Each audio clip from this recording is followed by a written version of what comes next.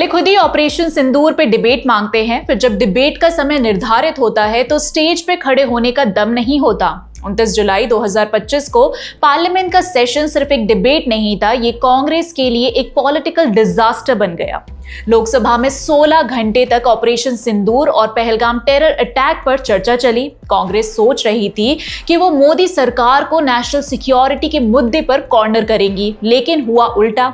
जिस टॉपिक पर उन्होंने वॉर छेड़ा वही उनके लिए ट्रैप बन गया। न प्लानिंग थी न क्लैरिटी, बस बीजेपी को मौका मिल गया कांग्रेस की बेइज्जती करने का, और वो मौका उन्होंने छोड़ा नहीं।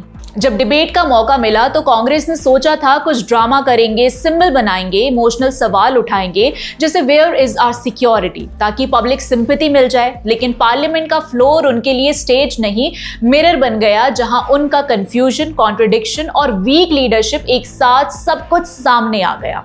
बीजेपी के नेता, फिर चाहे वो देश के प्रधानमंत्री हो, होम मिनिस्टर अमित शाह हो या डिफेंस मिनिस्टर राजनाथ सिंह, एक के बाद एक शार्प और कॉन्फिडेंट जवाब देते गए। कांग्रेस के नाटकों के सामने डेटा, फैक्ट्स और नेशनल रिजॉल्व की बुलेट ट्रेन चल रही थी। सबसे बड़ी बेइज्जती तो तब हुई जब शशि थरूर जैसे सीनियर लीडर ने डिबेट में बोलने से मना कर दिया, जबकि उन्हें स्लॉट दिया गया था। इससे ये साफ हो गया कि कांग्रेस के अंदर भी यूनिटी नहीं है। एक तरफ जूनियर लीडर्स बेसलेस चार्जेस लगा रहे थे, दूसरी तरफ सीनियर लीडर्स खुद ही स्टेज से दूर भाग रहे थे।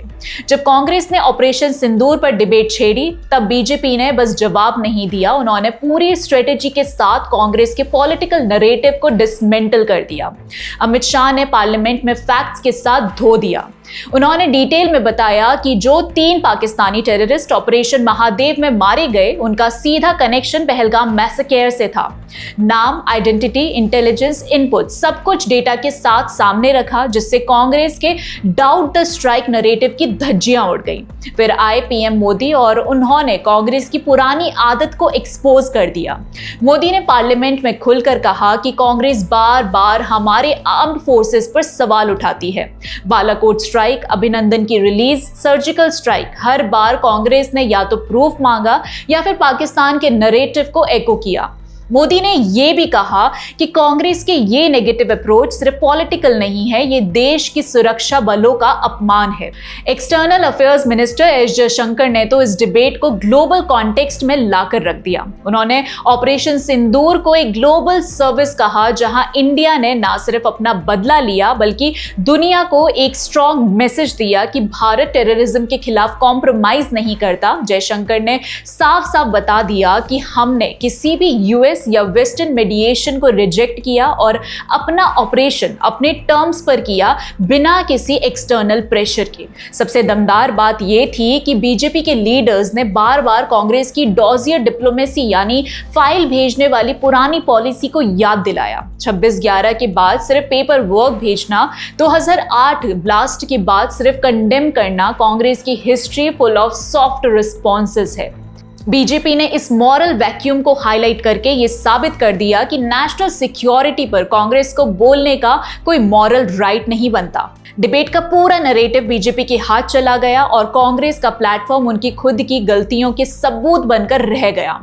यहां कांग्रेस की सबसे बड़ी हार दिखाई दी। उनके पास न फैक्ट्स थे न विजन, सिर्फ सवाल थे। जब ऑपरेशन महादेव के थ्रू बीजेपी ने पाकिस्तानी टेररिस्ट की आइडेंटिटी डेटा के साथ प्रूफ दिया, तब कांग्रेस उल्टा गवर्नमेंट से ही सबूत मांगने लगी। इस डिमांड ने उन्हें एक बार फिर उसी पुरानी लाइन पर ला खड़ा किया, जहां वो नेशनल इंटरेस्ट की बजाय इंटेलिजेंस एजेंसी पर ही डाउट करते दिख गए। द प्रिंट और इकोनॉमिक्स टाइम्स जैसे सोर्सेस ने भी इस बात को हाईलाइट किया कि कांग्रेस की ये अप्रोच देश के मोराल के खिलाफ थी। कांग्रेस का नैरेटिव पूरी तरह से कंफ्यूज्ड था। पार्टी के नेता कभी इंटेलिजेंस इनपुट्स पर सवाल उठा रहे थे तो कभी अपनी बातों से डायरेक्टली या इनडायरेक्टली आर्म्ड फोर्सेस पर ही शक जता रहे थे।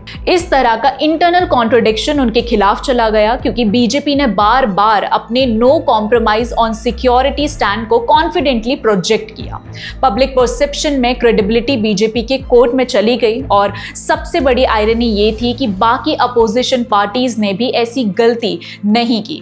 कांग्रेस लिटरली अकेली पार्टी थी जो नेशनल सिक्योरिटी जैसे सेंसिटिव मुद्दे पर अपनी ही एजेंसीज और आर्मी की क्रेडिबिलिटी पर सवाल उठाकर खुद को पॉलिटिकल सोसाइटल जोन में ले गई। पर पार्टी कर भी क्या सकती थी? उनकी वर्तमान लीडरशिप इतनी कमजोर है कि मेन स्ट्रीम नेशनल नरेटिव में उसके लिए स्पेस लगातार कम होता जा रहा है। इसको लेकर आपका क्या कहना है हमें कमेंट सेक्शन में जरूर बताइएगा, और अगर वीडियो पसंद आई हो तो लाइक, शेयर और चैनल को सब्सक्राइब करना ना भूलें। मिलते हैं अगले वीडियो में, तब तक के लिए जय हिंद।